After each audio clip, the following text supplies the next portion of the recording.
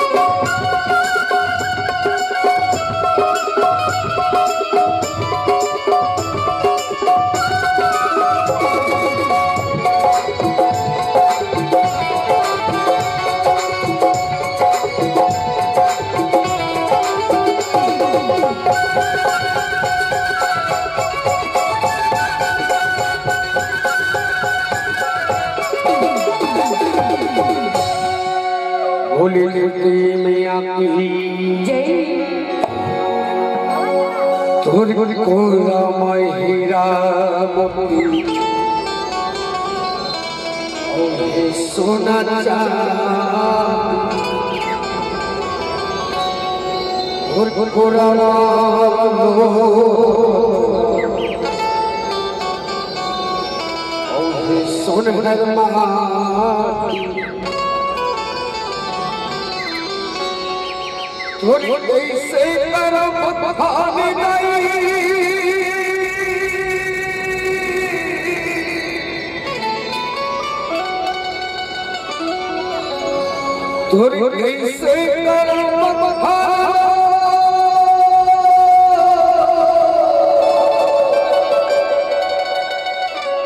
कैसे करो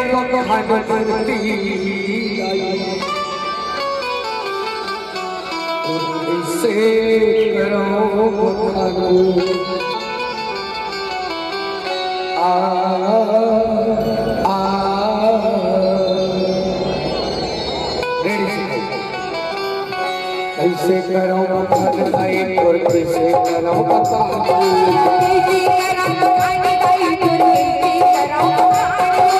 कैसे करो मखन भाई और कैसे करो बताओ